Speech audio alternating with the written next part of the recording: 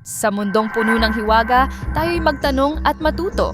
Ito ang tuklas. Alamin ang hindi pa nalalaman, tuklasin ang katotohanan.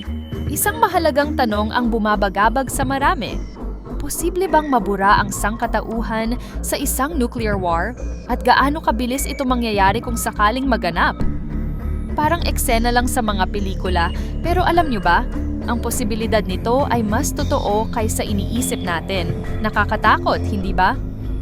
Sa kasalukuyan, tinatayang may mahigit 12,500 nuclear warheads ang pag-aari ng mga bansa sa buong mundo.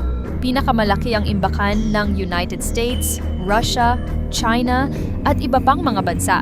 Ang pinakamatindi rito ay ang Tsar bomba ng Russia na kayang burahin ang isang buong lungsod sa isang iglap. Isipin mo, isang bomba lang ang kailangan para burahin ang isang buong syudad. Gaano pa kaya kung daan-daan ang gamitin? Kung sakaling magkaroon ng global nuclear war, tinatayang aabot sa 200 nuclear bombs ang kakailanganin upang burahin ang malaking bahagi ng mundo. Pero gaano kabilis mangyayari ito? Alam nyo ba na posibleng mangyari ito sa loob lamang ng 30 minuto hanggang 8 oras? Oo, tama ang narinig nyo. Sa loob ng kalahating oras, kayang ubusin ng mga modernong missile system ang mundo, nakakapanindig balahibo. Ang mismong digmaan ay maaaring tumagal ng ilang oras hanggang ilang araw, depende sa dami at bilis ng pagpapalipad ng missiles. Subalit ang epekto nito, tulad ng radiation at nuclear winter, ay maaaring tumagal ng mga dekada. Ang nuclear winter ay ang pagbaba ng temperatura dulot ng usok at alikabok na tatakip sa araw. Maraming tao ang mamamatay sa gutom at lamig pagkatapos ng digmaan.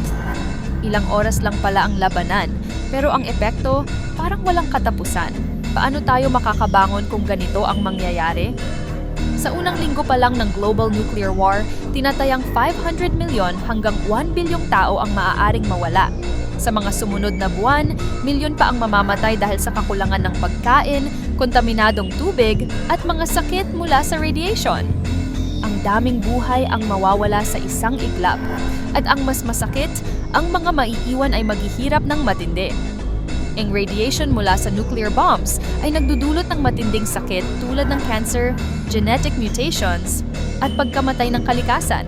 Kung magpapatuloy ang nuclear winter, halos imposibleng mabuhay ang mga tao sa loob ng 2 hanggang 5 taon pagkatapos ng digmaan.